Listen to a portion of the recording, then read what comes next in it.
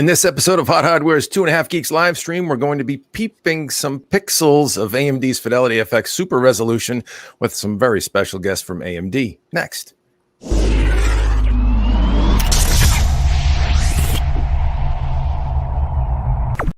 Welcome back, my brothers and sisters, to yet another fine episode of Hot Hardware's 2.5 Geeks live stream.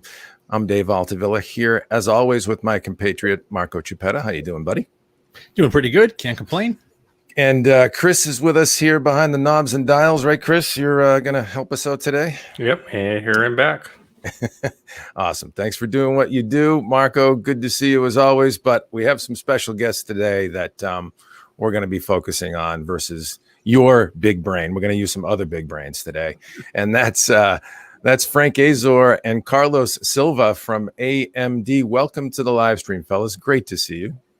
Hey guys, thanks for having us. Only one big brain joining you. That's Carlos. You know that by now. So, oh come on, that's a lot of pressure, Carlos. I don't know, man. It's all right. It's all right. Good. I had to bring a wingman this time. Yeah. Well. Let's before we dive into the deep stuff. Why don't we go around the horn quickly with you two? You're the end of the horn. We're going to go around, but let's learn a little bit about where you're from for the folks. What you do at AMD for the folks that don't know. Frank Azor, AMD Chief Architect of Gaming Solutions, and Carlos Silva, Director of Software Development at AMD. Carlos, why don't we start with you since Frank's kind of a regular around here. Why don't we start with you since you're a really special guest?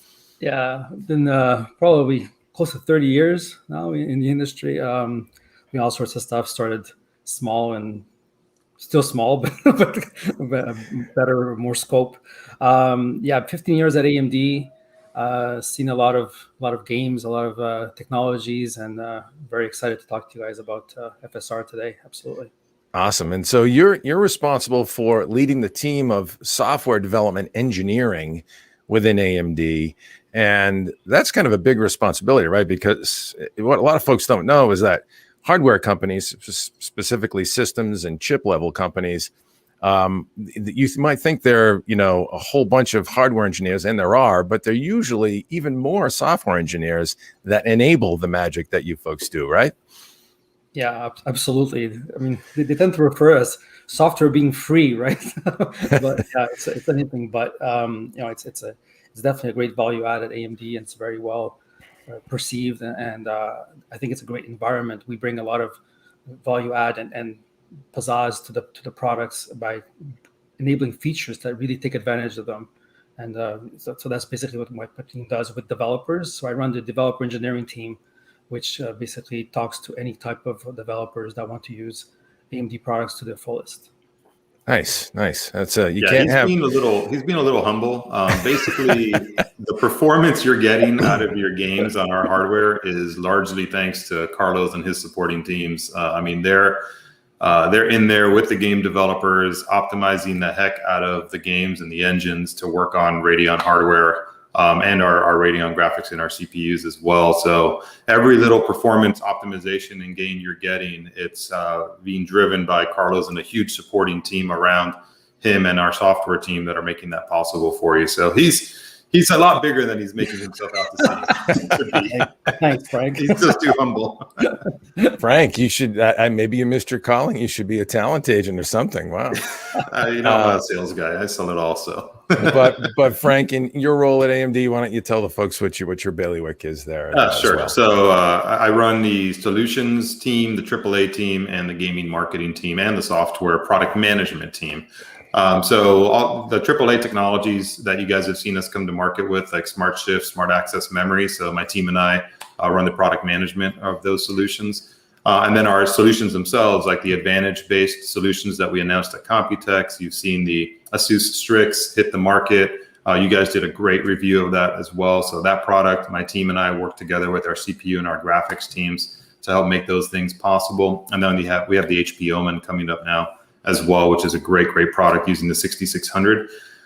So we program manage those projects and make them possible with our OEM partners. And then if our Adrenaline software as well. So we work closely with the software engineering team on defining the feature set of that product.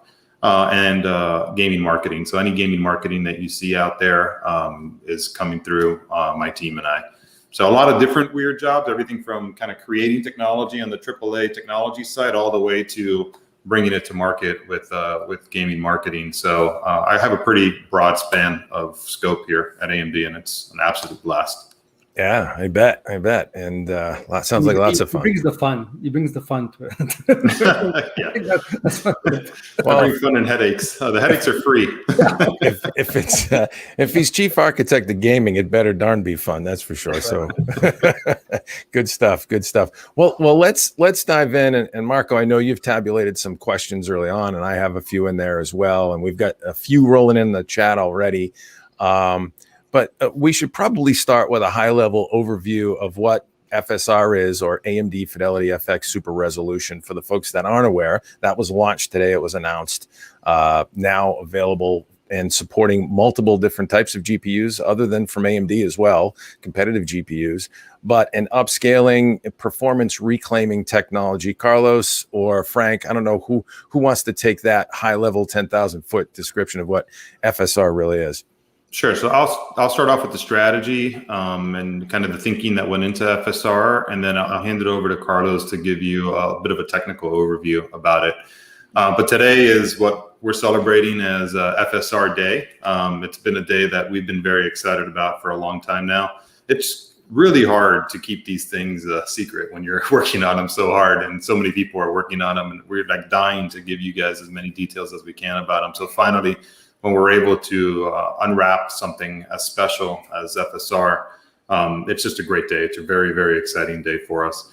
But what we did with FSR is we aimed to create an upscaler for the industry that was going to be exactly that, is the industry's upscaler. We took the lessons learned from FreeSync and how significant FreeSync has become in the industry as pretty much the industry's variable sync technology for displays. And by putting it out there, making it an open standard, we have over 1,000 displays now using FreeSync. And we wanted to take a similar approach with FidelityFX Super Resolution by making it open, making it as backwards compatible as we possibly could within reason, and before you get to diminishing results of performance uplift.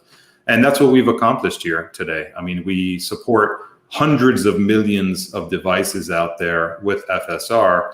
And what it's aiming to do at a high level is take your lower resolution rendered game and upscale it to a higher resolution. So if you want, for example, to render a game at 4K or 1440p or 1080p, but let's just use 4K as an example, you can render it natively at 4K. That will always give you the best image quality. I mean, that's the business, the primary business that all graphics companies are in, right? Is high performance, native, raw rendering horsepower. And you're going to get, a great high fidelity image, the best that you can possibly output there if you render that natively. But it typically comes at a pretty significant performance burden to do something like that at 4K with all your settings turned up to max, to epic settings. So what FSR does is it allows you to render at a lower resolution. We have different varying lower resolutions depending on what quality setting you pick. But let's choose 1440p as an example. You can render at 1440p, which significantly increases your frame rate while preserving those epic settings. So you get great image quality. And then what we do is we slightly modify basically every pixel so that we can turn that 1440p image into a 4K image. Now, to be really crystal clear, what I said is we modify every pixel, we modify the image. That's what every upscaling solution does. And there's different ways to do it, a lot of different ways to do it. Upscaling's been around for decades. It's not completely new. But it's always a manipulation of a pixel that you're doing whenever you're upscaling. So it's not native. It's not a native image quality. But with what we've been able to accomplish with FSR is in our ultra quality mode, for example, it's very difficult to tell the differences between native and our ultra quality FSR mode. And when you have it rendering in FSR, you're able to get ultra quality mode. You're getting performance uplifts, depending on your graphics card, that can be 35, 40, even higher percent. So it's a huge performance improvement for graphics cards and for games out there. And again, because it's open, it's working on graphics cards that are 2, 3, 4, 5, 6, 7, 8 years old in some cases. And we've basically just given the entire industry a free performance uplift for their graphics card. So that's why we're so excited about it. This is quite literally like a game changer for the entire gaming industry right now. Now, does it have to operate on a more recent vintage of GPUs? We know it's supported by NVIDIA. We know it's supported or on NVIDIA hardware, I should say. But is it within a certain vintage? Like really old stuff still work, or theoretically? By and large, almost anything will work. I'll let Carlos speak to any exceptions. The thing is that as you get older and older and older in GPU, you get diminishing returns. So on a GPU like the 6800 XT or 6900 XT, in performance FSR mode, you're getting like over 200% performance uplift. I think up to 2.4x the performance gain. But then as you start moving down the stack, that starts to go down to 2% or 2x performance gain, then kind of 1.5. Eventually you get to a point where you're not getting much, if any, performance gain. So it doesn't become practical for you to use it on a really, really old generation card. And then we're not going to work like on crazy old stuff like DX8 or 9 kind of stuff, right? It's all pretty much like DX10 and above, I believe. Right. Okay. DX11, Makes sense. DX11. I think DX11 probably and above works really well. Yeah.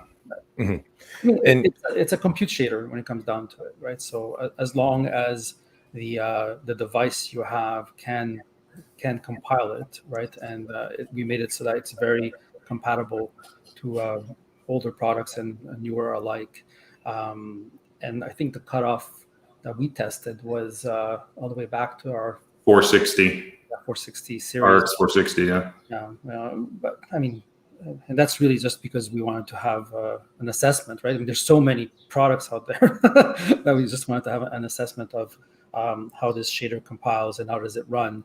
And around those very older products, it starts to be, I mean, it is a complex shader. Let's not kid ourselves. It's not like, there's no magic here. It's doing a lot of operations on each pixel, like Frank described. And it's definitely doing a lot of great stuff very fast and using very advanced math. So at some point, if you go back in time, you look at the games you played when some of these older products were available, and what happens now, it's very different types of games that you're able to run, right? Yeah. And Carlos, actually, on that vein, you mentioned it's a compute shader essentially, but there's obviously some pretty significant, work that needs to be done, both on your side to, take advantage of this technology and make it happen. But on the game developer side, that was one of the questions I have. Maybe walk us through high level. How easy is it? AMD claims it's relatively easy. It's open source technology that you're going to make available, I think, next month via your GPU Open MIT license. But what does a game developer have to do? How easy really is it to implement in an existing title or legacy title or new title? Yeah. So I mean, the technology inserts itself after any type of rendering has happened. So you consider it like almost like a post-processing effect. And you basically run this shader after your game has rendered the scene. And you want to do everything that will look better in the actual output resolution towards the end. So things like adding film grain or adding some chromatic aberrations or stuff like that will be done in the output resolution. But everything else, that the scene is the geometry, all the rendering effects and ray tracing, you name it, is being done in the rendering resolution, which is much smaller. So you get that boost in performance. So the shader is very, very simple to integrate. And most importantly also is the HUD, right? That comes on top. You don't want to scale that because then it starts looking wonky. So that also comes at the end of the pipe. So very simple shader to integrate. I think the best experience I had was, I think one of our developers, he gave him the code. They were very super excited very smart guys went in, and I think after like 2 hours or so, they came back and said, "It's working." Like, is it really working? Like they were they were like surprised that they got it running so fast and already getting results. And then they were also very pleased. All the developers were very pleased with how customizable it is and how they can have all these knobs and switches to adjust it to make it look, in the end, they own the content, right? So they can make it look, in the end, whatever way they want, and be as aggressive or not in terms of how they're going to implement this shader and tune it, right? So again, open source, they have the code, they can see they can see all of it and use it to their best interest, definitely. And again, developers, Frank talked about the open source stuff. The really important thing was that they see the code. I mean, everybody will see it in like, I think it's mid-month next in July. So everybody will see that, right? That will we're not hiding anything. This really works as advertised. The algorithm is super smart, developed completely in-house, and it does lots of good things. It's not, of course, nothing's ever perfect. So, but it does lots of good things that help our eye see the quality right away, right? And it goes after the things that you're going to notice, which is around edges and things like that, and trying to bring back some detail, because when you start looking at things that are more fuzzy and so forth, you lose some of that detail, so you'll notice it right away. So, very, very smart algorithm, simple to integrate, and at the end of the day, open source, so that it can be tweaked whatever way developers want to do it. Good stuff, Marco. I know you've got some questions lined up. I know we've got some questions streaming in the chat. You want to dive into those now, or a couple of yours? How do you want to run this, buddy? Yeah, there's a couple that we have had already prepared that are in line with some of the chat questions, so they won't be exactly what's in the chat. But building on what Carlos was just saying, and with the tech going open source very soon, I was reading the dev site earlier, and learning more about how there are certain weightings given to certain pixels when the second pass is done for the sharpening, etc. When this is open sourced and game developers implement it, will they be able to alter those things, or is it really just a matter of implementing it and AMD is going to control the algo? No. They'll be able to completely have access to the algorithm. There's some predefined variables that you can put in there, but I'm sure there's going to be some smart people that will go and potentially add more, potentially do something different. It's going to be a full MIT license, so you'll be able to use it in the game and tweak it to whichever way you want. We believe it's already been very, very optimized, at the HLSL level. So it's out of the box, very simple experience to integrate, and already fully optimized for plethora of hardware out there. It seems though, by going open and letting people see the code and have access to it, is it fair to say that there's a possibility that what we see today is going to be improved relatively quickly as the open source community gets their hands on it and starts tinkering with code? Yeah, it'll be interesting to see what all the smart people out there are able to do. We believe right away that it's going to be very useful. I mean, you see it today in the games that we've already integrated and worked with some developers. But what I'm interested to see is when people get the code and start integrating it themselves and putting in the algorithm to their own use. And I think that's going to be very important going forward. Yeah, but I want to also add that FSR, as we just announced and launched it here today, is just the start of us coming out with an upscaling algorithm out there for the industry. We're already working on improving it even further. So this isn't like a flash in the pan moment for us. You can expect that FSR has a roadmap behind it, and it's only going to get better and better from here. Even though this first version is really excellent, I think the appeal of it is remarkable because of just how many customers can get impacted by it, how many gamers out there can get impacted by it. Over 85% of gamers out there don't have a modern graphics card that's come out in the last 4 years. So this feature is able to touch so many more gamers out there than upscaling technologies that only work on a modern graphics card. So we're going to continue to improve on it. We're going to continue to come out with improvements pretty rapidly. And then to your point around open source, because we have made it open source, it gives folks the ability to participate in helping us make it better. And we're going to be looking at all of that feedback and those recommendations, those code submissions, everything to basically recruit the entire world in helping us build this solution so that the rate of innovation around FSR can be faster than any proprietary solution that's out there in the market. Nice. Great. Nice. Yeah. And I was just going to throw something in from one of the chat questions that kind of dovetails in with this. We've actually seen FSR in action ourselves and are impressed that certainly the different quality settings, whether it be ultra quality or balanced mode, even we were having a tough time finding any perceivable difference in the games we tested. But TVS Ben just had an interesting question: is there a way to create a global toggle to force FSR in a game if it hasn't been supported out of the box? I guess is that question. Interesting question. Can you see someday the ability to just flip it on without developer support? I guess.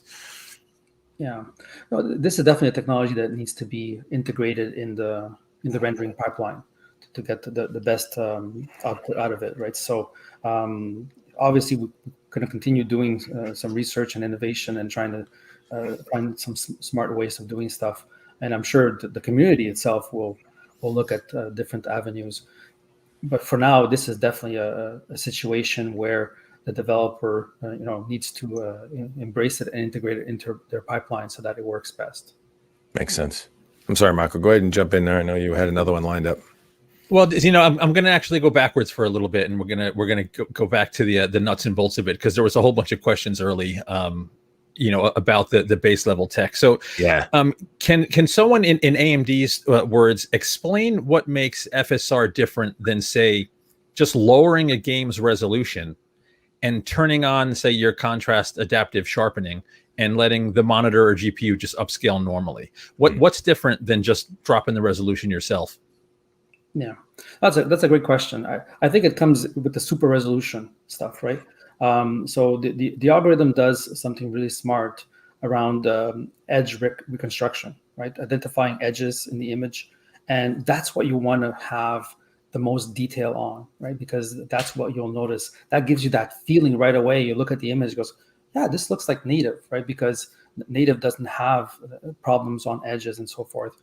So the algorithm does kind of a two-pass thing, right? Where the first pass, it upscales and does a great job in reconstructing edges and making sure the image looks high-res, right? And then the second pass is really about bringing back some of the detail that was potentially lost in techniques like temporal anti-aliasing and so forth, right? That sharpening is, again, has got lots of controls and can be adjusted by the developer. But it's really about giving back that pop that you get on native resolution, and so that's the magic, right? That's being done by these operations.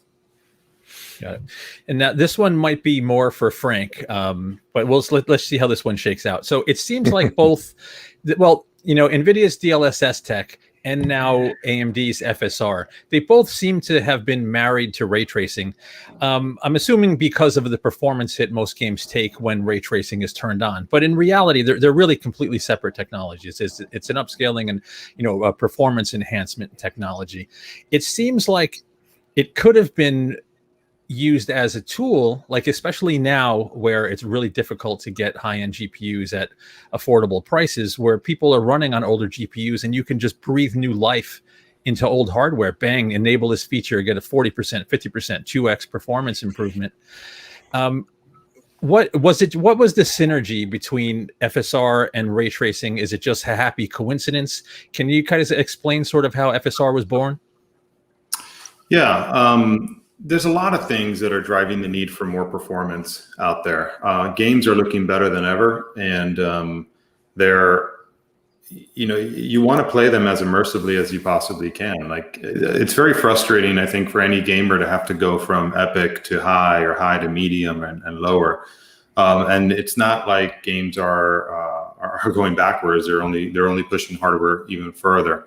So, ray tracing was absolutely a factor for us being motivated to develop FSR, but it wasn't necessarily the primary factor.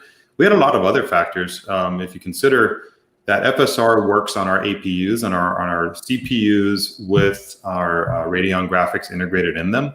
So we just gave all of those customers a significant performance improvement that in a lot of cases makes games that were previously unplayable at a decent frame rate or image quality settings on those products suddenly playable. We also have notebooks coming out that are pushing higher frame rates, higher refresh rate panels. Like if you saw our Advantage notebook announcement at Computex, every Advantage notebook comes with a 144 hertz or faster display.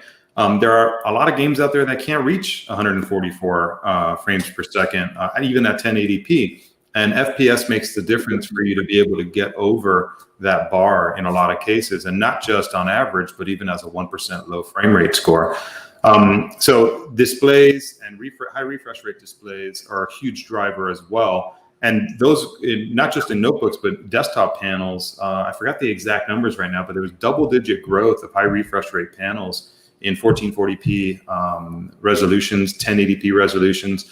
And then 4K panels are starting to come on pretty strong as well. Prices have come down pretty considerably, but you can get a 4K panel, and then you got to go buy like a 4K graphics card. That could be a really expensive investment to go off and make. So now you can kind of get the panel and play on a 1440p graphics card with FSR enabled and get your 4K gaming almost as good as if you were rendering it natively. So there's just so many different applications beyond just ray tracing that upscaling makes sense for. And probably the last and most important one is it is a challenging time to get graphics. We understand that. It's a challenging time to get any semiconductors. And I think what we've just done now is we've given everybody that's been waiting and trying to get their hands on one a lot more life out of their existing graphics that they'll be able to take advantage of. And we're going to be bringing on a lot more games quickly for them to be able to take advantage of this incremental performance that we've given for free with no purchase necessary and immediately. And that's, I think, going to be like the greatest value that we can offer the industry during these times. Good stuff. Sounds good. Let's give some crazy value to the viewers right now. We have English asking. Oh, I clicked the wrong one. Can you, Frank? Let's spill the beans on RDNA 3. You won't get in any trouble, I promise. Sure. A little comic relief there. All right, just kidding. So, question is just for everybody in the chat, everybody watching on all the various avenues where we're broadcasting right now. There is virtually, there's no chance of getting any announcements of future tech. We're going to focus on FSR, and we don't want to get any of these guys in trouble here because we want them to come back. But maybe we'll speculate in the next podcast about what's coming in the future. So getting back to FSR, there was a handful of games that we were able to test today. You guys announced relationships with a bunch of game developers. We know moving forward there'll be more games. But what's the engagement like with some of the big AAA monster titles coming down the pipe or already released? We know we have Far Cry 6 coming, Myst, but what about games like Cyberpunk or other really huge games that are challenging for today's GPUs to render? Is there any news you guys can give regarding support for FSR in those games? We're not ready to announce support for any more games than we've already announced here today. We did announce a list of over 40 studios that have pledged support for FSR. But we're not ready to announce any more specific titles at this time. Look, as Carlos shared, it's very, very simple to integrate FSR into a game and a game engine. And that was entirely by design. So as we approached what our upscaling solution was going to be, we had certain design principles that were very important to us. We've talked about the broad compatibility, the open nature of it, the ability for it to deliver really, really high performance. So one of the things that a lot of folks haven't talked about with FSR is the latency is very low. The performance is very high. And we chose a spatial algorithm for that reason. We have nothing against temporal by any means. The temporal has its advantages, but it also has a few disadvantages, including sometimes it can introduce ghosting because it's taking the previous image and taking that information, and it kind of creates a little bit of latency and lag. And it can be more demanding on hardware as well, which makes it challenging sometimes to use a temporal solution on older generation hardware. So those were some of the key design principles as to how we developed and designed FSR, but simplicity of integration was critical because we wanted to ramp our title support much quicker than any other upscaling solution has been able to do over the last 4 years. And that's what you're seeing right now. Like, for us to come out on day one with 7 titles supported, how many? I think it was 7 or 12 announced that are going to be coming very, very soon. And then you've got over 40 game developers that have pledged support. And to be very honest, that's like the majority that we can answer the phone and answer emails on, because there's so much interest in FSR. Because if you're a game developer, you say, wait a minute, so it's pretty simple to integrate this into my game. And there's over 500 million customers out there that can take advantage of this because it works on so much hardware that's out there. That creates enormous motivation for a game developer to want to integrate the tech, because suddenly their total available market that their game can deliver a good experience on has just gone up exponentially. Whereas before, the bar may have been, I need to have, I don't know, an RX 480 to be able to play this game at a respectable frame rate. Suddenly we just open that up to, you know, the 470 and the 460, and you can get a respectable frame rate. That's adding millions of customers to the total available market for the game devs. So what you're going to find, because it's just, I mean, it's basic. It's not, you shouldn't have to trust me or anything. It just makes perfect sense. Simple to integrate, hundreds of millions of devices that work on it. Game developers are lining up at the door wanting to support it. So stay tuned to our social media. We're going to be announcing the games as they come online. And we are also asking folks to tell us what games you want to support FSR, so we can prioritize our engagement with game developers. So if you go to amd.com/FSR, we have a little survey there, and you can let us know what game you want to see supporting FSR. And we're taking that to prioritize our engagement with the game developers beyond the 40 plus that we've already announced support with. Yeah, I think reframing the question a bit differently, and this might be something for Carlos. Is there any reason why a game dev wouldn't want to implement FSR? It just seems to make sense. I mean, if you don't have to use it if you don't want to, and if you have customers with lower end hardware capable of using the feature, it just makes sense to have it to boost frame rates. Is there any particular roadblocks that a game dev, would prevent them from implementing it? No, not at all. Not from the technology itself. Obviously, some developers have their own technology, right, and are very proud of it, and it works to the way that it's very tailored to their game and works the way that they want it to work. So I think those are specific cases. For us, it's really about again making it easy to integrate and making that decision process quite easy to get to. What we've seen is that integration is easy, but then the evaluation of the technology, right, and making sure that, hey, is the game still looking the way that they want it to look, and giving them exactly what they want. There's so much investment from game studios. I mean, I think it rivals, if not more, movie production or TV production and so forth. There's so much investment in trying to make a game look like top notch, and giving that experience to the users, and having this ability, right, of hitting the frame rate, hitting the experience, turning everything on, and still maintaining that frame rate to make it playable. It's very, very attractive, right? And we've seen many comments from developers that you want the game to be played the way that it's meant to be, like in the sense of like the visual quality, the amount of time they spent tuning the textures and making the effects and the lighting. You want to have as many people experiencing that. Good stuff. Yep. Good stuff. Makes sense. Dave, were you going to just jump in with something? I was actually going to jump in on again the A/B comparison notion versus DLSS, and there currently aren't any titles that support both technologies. We have a sense in our testing at Hot Hardware that AMD has an advantage, certainly with performance. It looks like frame rate can go way up in some cases, significantly bigger gains perhaps than DLSS. Image quality is another question. We have a sense that maybe there's a little bit of an image quality advantage on the side of DLSS. What are your thoughts if we could AB in a game title that supported both?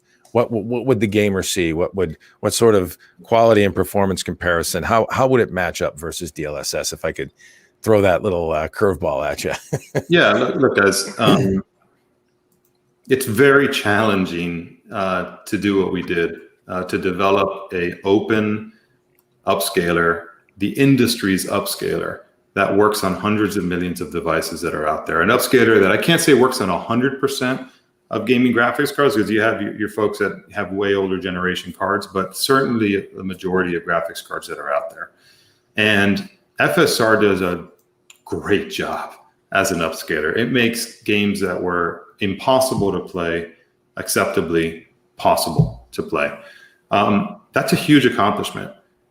We can, and we maybe will in the future, develop a proprietary solution that'll work on a much smaller subset of graphics cards that will only work on, next generation or current generation graphics cards.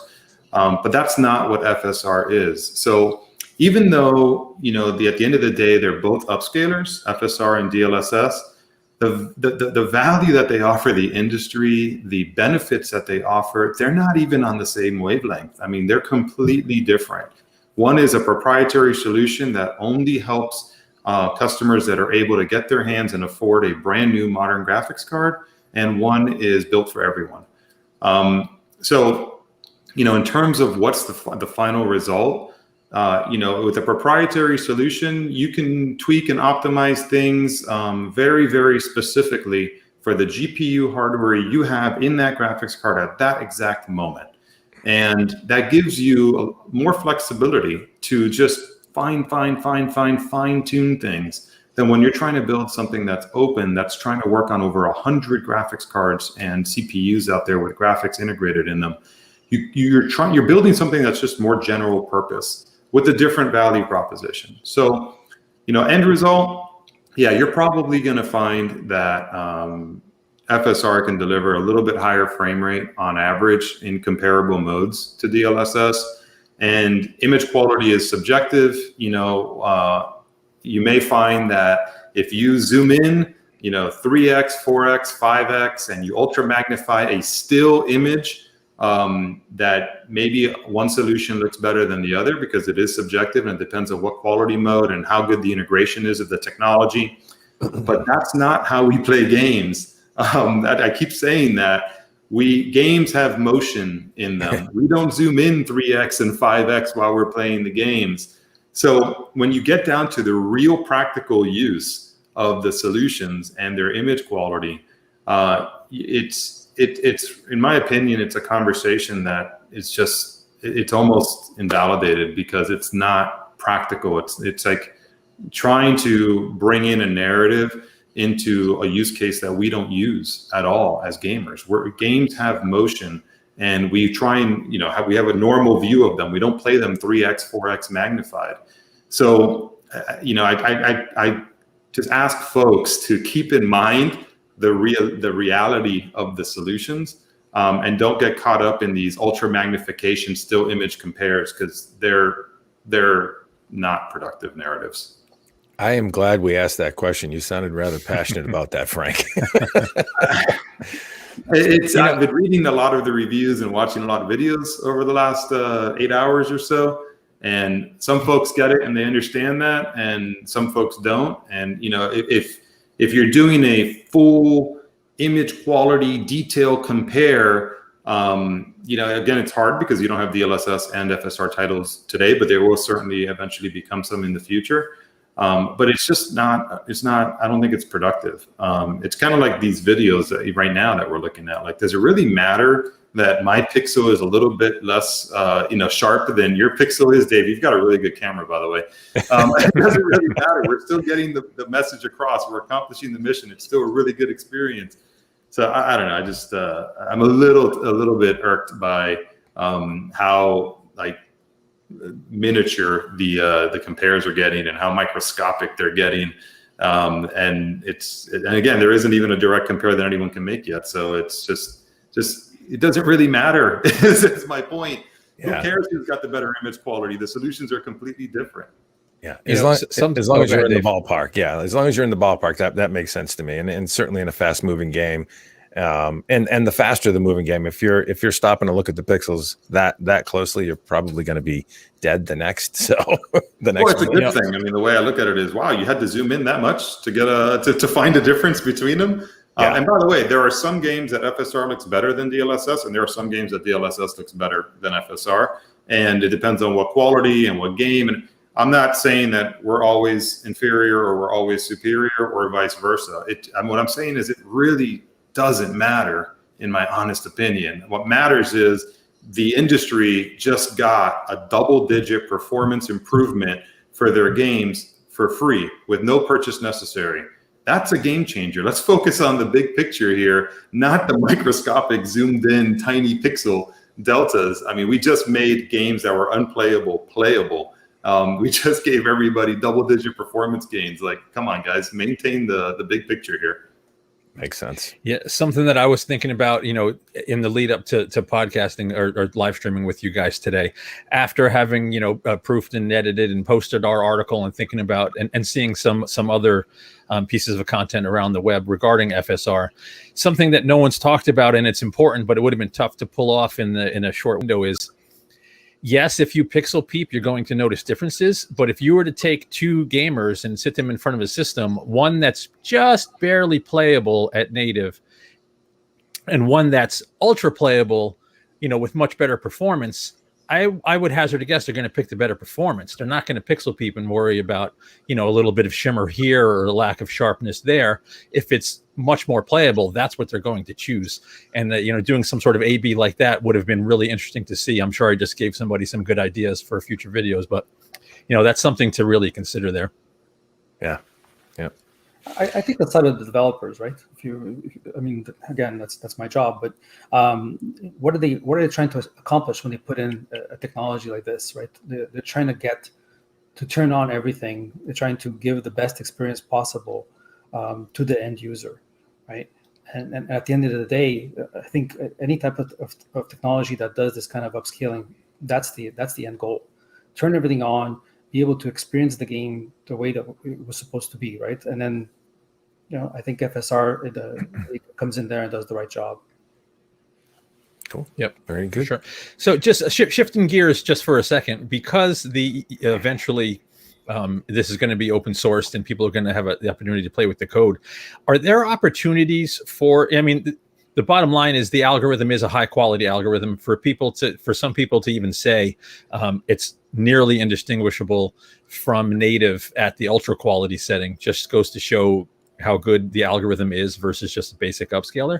Is there opportunities or is there potential for your algorithm to show up elsewhere? You know, we've seen apps like Topaz Labs Gigapixel AI for upscaling photos, and Adobe recently implemented Super Resolution in Photoshop.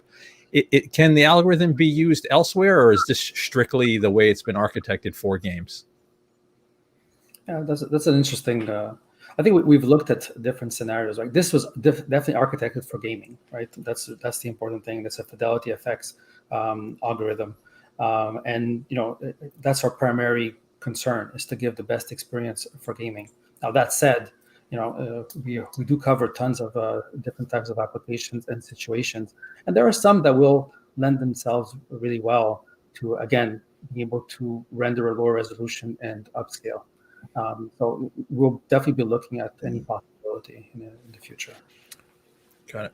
Cool. We should probably go to a couple of questions in the chat. Mark, I don't know if you've been tabulating them, but we've got a bunch. There's been a bunch of stuff flying by. I have not been tabulating because they've all been here. Go ahead. Go for it. You do it.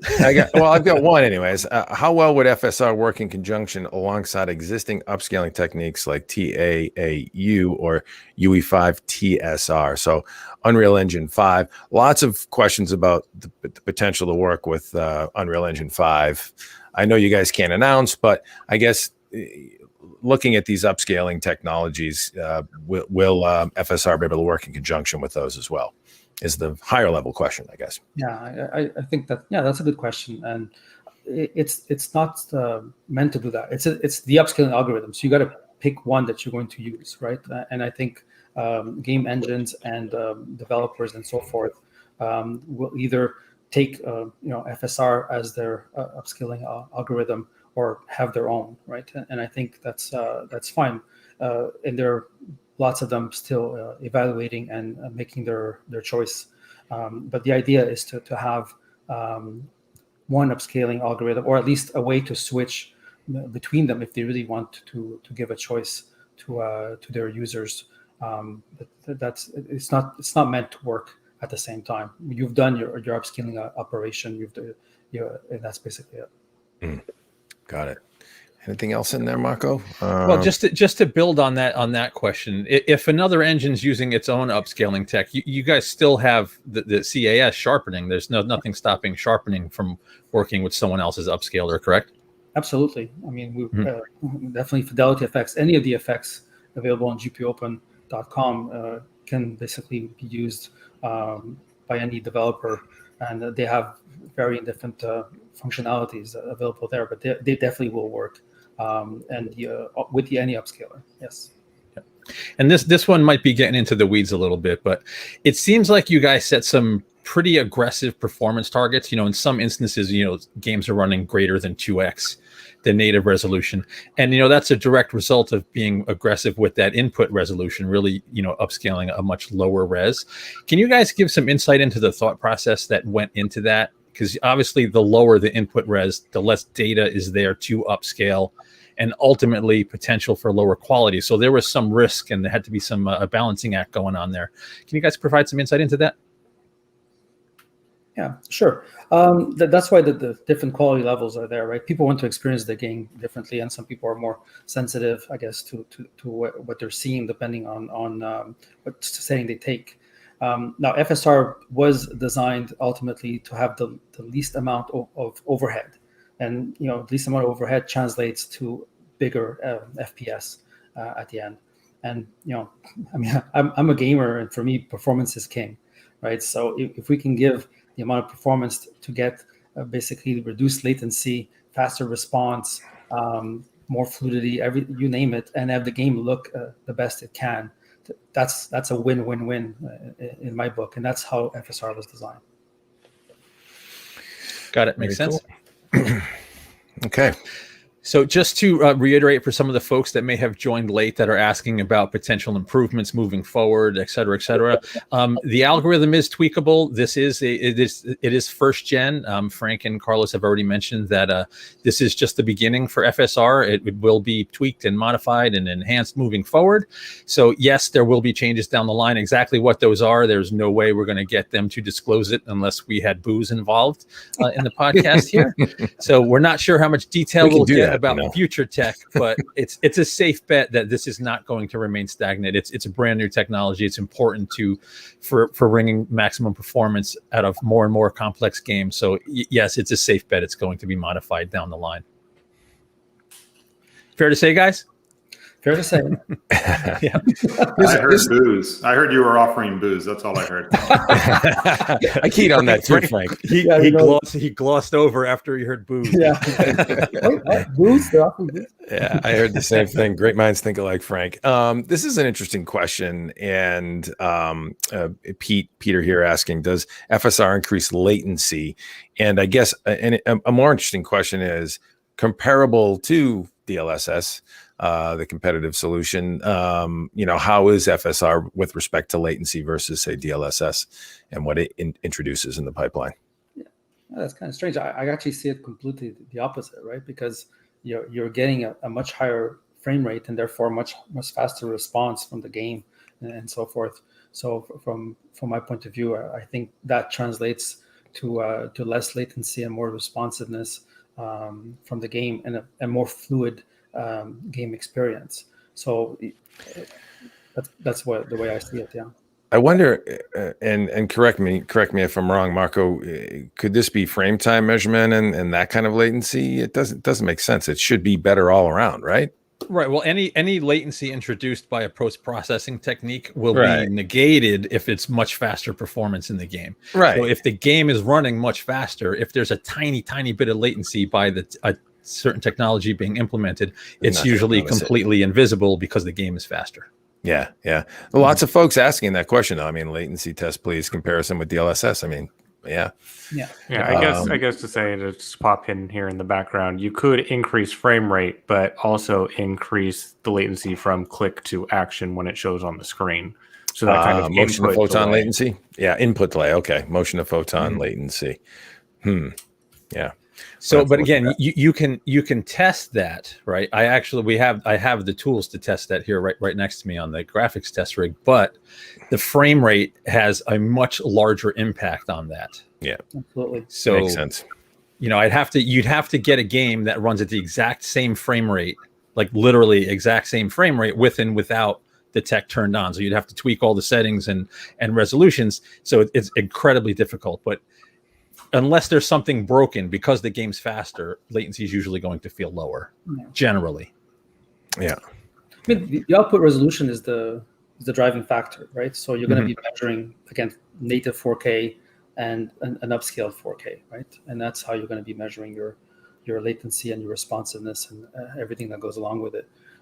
So, of course, if the frame rate is very much larger, you're definitely going to get a better experience. Mm-hmm. Yeah, for sure. Let's see. Anything else here? FSR and mobile game titles. I'm not sure about that.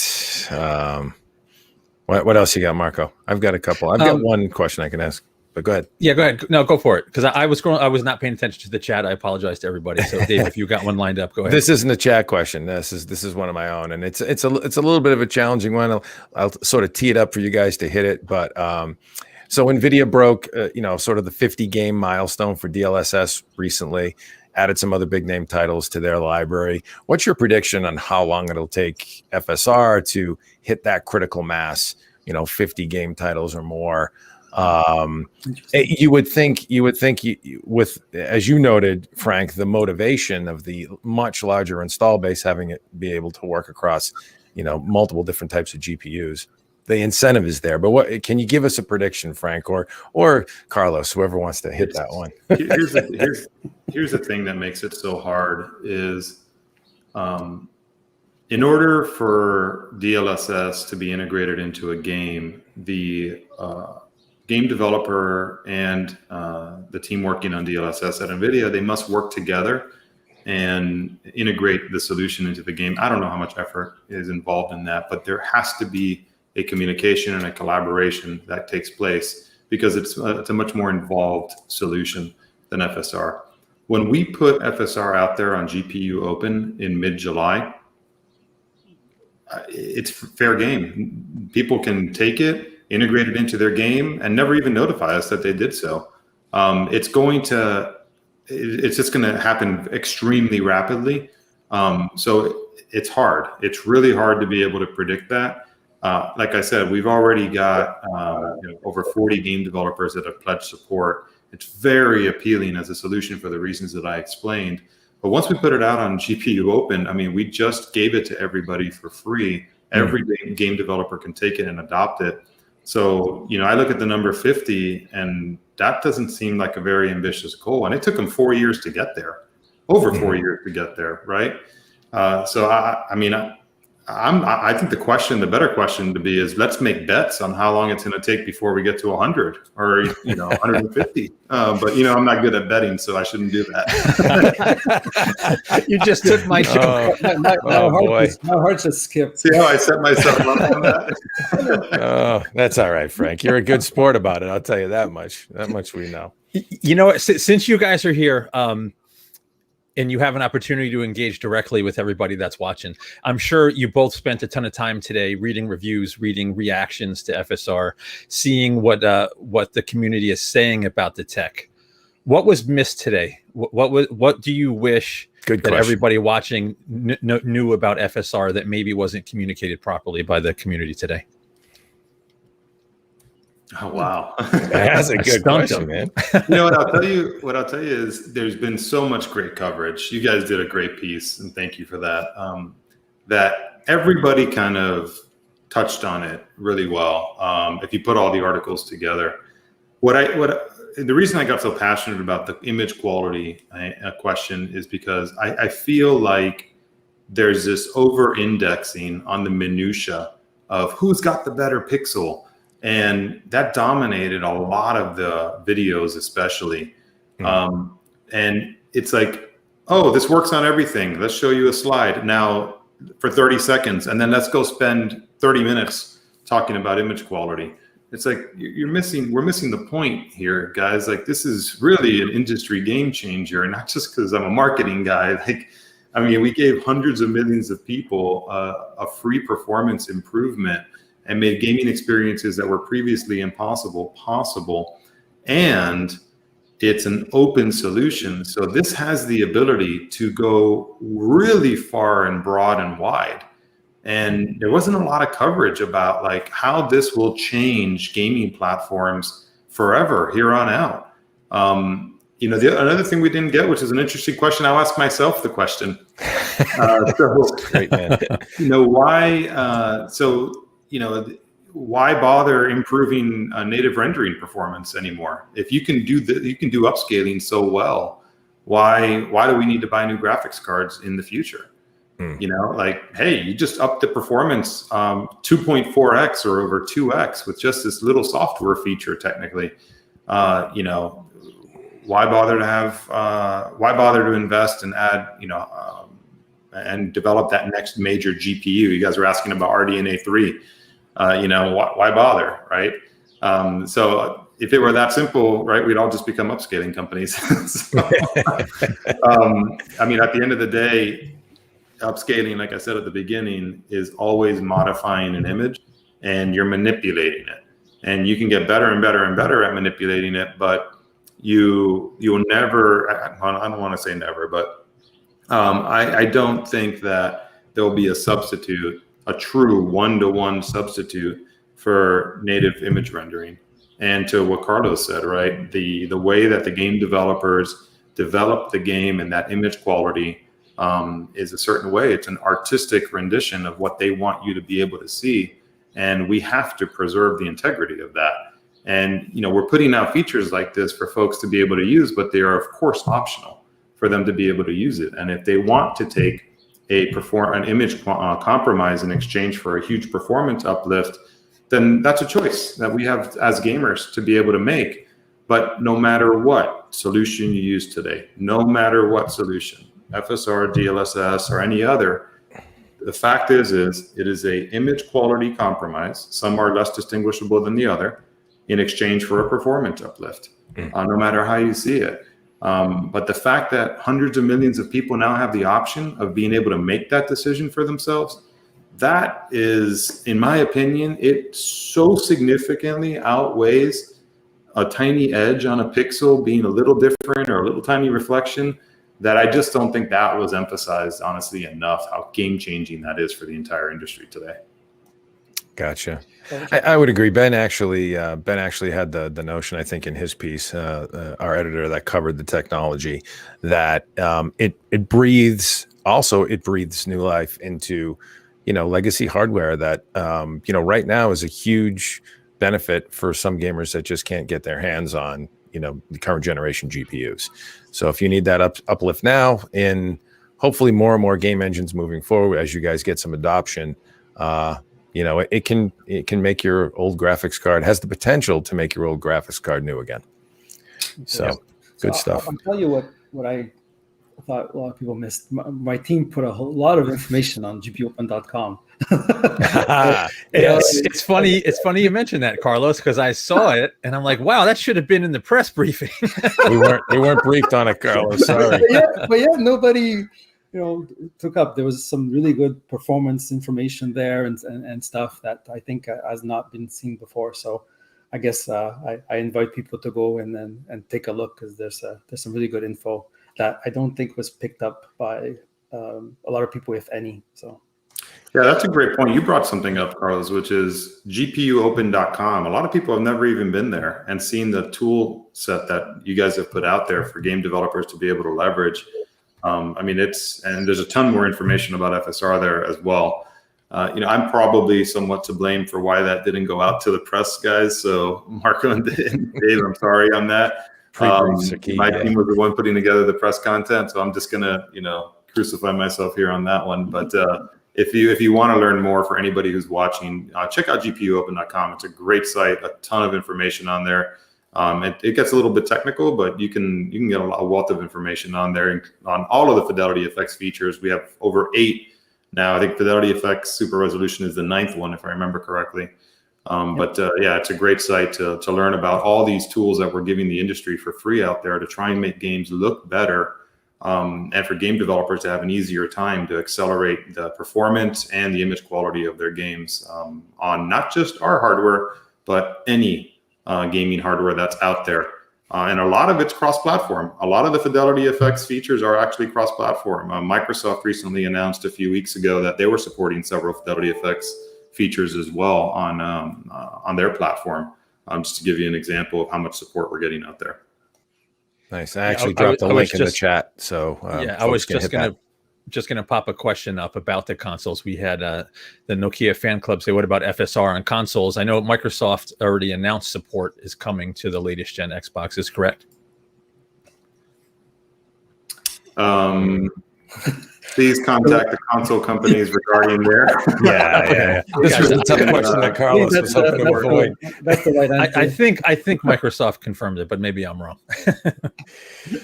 Please contact the console companies for support of FSR or other upscaling technologies. I guess I have one from the chat, maybe, that Carlos, I don't know if you can sort of, or maybe Frank, if you can sort of at least offer some insight into areas you're looking at to make FSR better in the future. I know you said there is a roadmap. Can you give us hints, or would that be too much to ask? Where areas you're looking for improvements, new things you can perhaps introduce to the equation. I'll tell you one thing that we want to do, right, is maintain the philosophy of FidelityFX, right, which is making sure that it's going to be open and that it's going to be available on as much hardware as possible.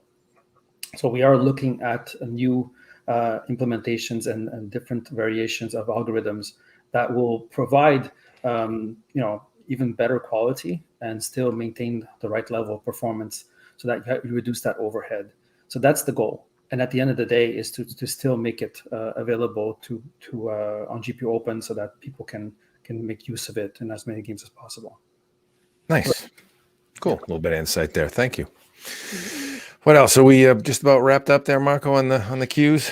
Well, we're over the hour. There's questions coming in that I know we won't get answers to, but just a quick high level. I think I know the answer, but I want to see if maybe Carlos or Frank can mention something. Right now, the tech runs on the shaders on the GPU. In the future, is there any reason to say create an FSR accelerator that may be implemented in future products? Is that even something that needs to be considered, or is it such a small shader that there's no reason to have dedicated hardware acceleration there? I don't know. It feels like don't fall into the temptation, Carlos. Don't fall into the temptation. Good try. It was good. All right, I tried. What are we supposed to say here? We're not ready to announce any future technologies or products at this time. There it is. There's the canned response. We're very actively working on it. Like I said earlier, this is just version 1.0. We have a growing team of people that are looking at this. What we would love to get to is a point where our ultra quality image quality, which is nearly indistinguishable from native, that we're able to deliver that kind of quality with the kind of frame rate that our performance mode is able to deliver, which is 2.4x, on a modern high-end graphics card. I think we're going to continue to strive for that. I think graphics has improved over the last 20, 30 years as much as it has. I think you're going to see that upscaling is going to just get better, and better. And, there may be a future where, we can accelerate what we're ultimately charging to, which is like this, cinematic reality almost that we're trying to get to in games, and get to it in games that hundreds of millions of gamers can enjoy not just a very, very slim few that can afford, the ultra tier of graphics that are out there. And I look at these upscaling technologies as accelerators towards helping us get there. I would say that in parallel to us developing new GPUs and all these other technologies we're developing, FSR and upscaling is going to be a parallel track in all of our development and engineering efforts. And it's only going to get better from here on out. So that's the best I can share with you. We're very committed, in other words, but I can't give you any details. So can I jump in from the background again on the I guess a bit of a math question on that. So if you run these games at the resolution that you're doing the base rendering of the scaling from, so you want it to run at 4K, but you're running it at 1080p. If you just ran the game at 1080p, would that be the upper limit of the performance you could get? Is there a performance delta between just running it at 1080p versus 1080p plus the scaling? Yeah, I've definitely. I mean, there's going to be overhead, right? So you're rendering at that rendering resolution, and you're adding a post-processing, you're adding a compute effect, basically, to that. So obviously you're going to modify the frame rate, but what you get at the output, the important thing is the output resolution. Now you're back absolutely up what you want, and now you've benefited from the amazing performance that you got by lowering the resolution and maintaining that visual quality that you want from the effects, from the ray tracing, you name it, right? Again, it's going back to having the capability for developers to have their game look the best. And on most hardware, a lot of hardware that there's no way that they could do it. You'd have to lower down the options, right, and the settings, and to try to get to that frame rate. Now you don't have to. You can play, at a much higher settings and still get the frame rate playable and enjoyable. Right. So I guess the way you're saying is to continue optimizing as you start with a lower source resolution, but still maintain the same visual fidelity on the end result. Yeah. Yeah. Well, keep in mind, right, there's pixel detail and there's those edges. And then you have all the settings inside the game. So, a game looks better when you're able to go from low to medium settings or medium to high settings, or you're able to, turn on higher texture detail, so on and so forth. And what FSR will allow you to do is to be able to turn on more of those options, which give you considerably better visual fidelity than maybe a little edge compromise that you're having to make if you go down to a performance mode, which is, the biggest image quality compromise as compared to the frame rate uplift that you get. But, if I get 2x more frames, and that puts me from 45 frames per second on average up to 90 frames per second, I'll probably scale back the game, not scale it back, but I'll probably improve my quality settings so that I can hover at around 60 frames per second on average with a better quality gaming experience. So we have a few examples that we sent out in the press deck of kind of how that could look if you take native versus lower resolution, and then you combine the two of you. You almost get like right in the middle of the sweet spot of getting that uplift, that benefit, and you get almost like a frame rate that's right in between. So ultimately, I think if you turn on FSR, yeah, you get that edge. That sharpening is going to be a little bit compromised, but those textures, those shadows, that lighting, all those other benefits should more than offset that. And if they don't, then you have a choice. Let's go back to native. It's not like we're forcing this on anybody. It's a choice for you to use if you prefer this image quality in exchange for the performance that you get out of it, or not. Gotcha. Good stuff. We should probably let you guys go. We've kept you beyond the hour, but I did have one quick question, fun question, and maybe a tough question because I know you don't like to pick your babies. You love all your children equally, but for folks that want to try this out, near term right now, of the game titles that are available today that you support, what's your favorite? Can you say that? Well, that's mean. Or a couple of your favorites. Here's what I'll say. What should we check out? Right. I think there's a Rift Breaker demo or free to play that's out there that anybody can download now and try FSR on if they want to see the before and after effect without having to purchase a game. So that's all I'll say. I haven't had time today to play it, but I do already have installed on my machine Anno 1800 because I've been playing that for a few years. So I'll probably do today my own compares on Anno and Rift Breaker. outside of all the internal, dev kits and stuff we've been going around. But those are the two games I'll probably experience it on, but I can't tell you if they're my favorite. I haven't played all the other games. You really have to play like all 7 of them to, I think, make that decision. I don't have that kind of time. So you and me both. Question. You and me both. Carlos, do you have a favorite one in there? I absolutely do, but I can't talk about. But yeah, the next one.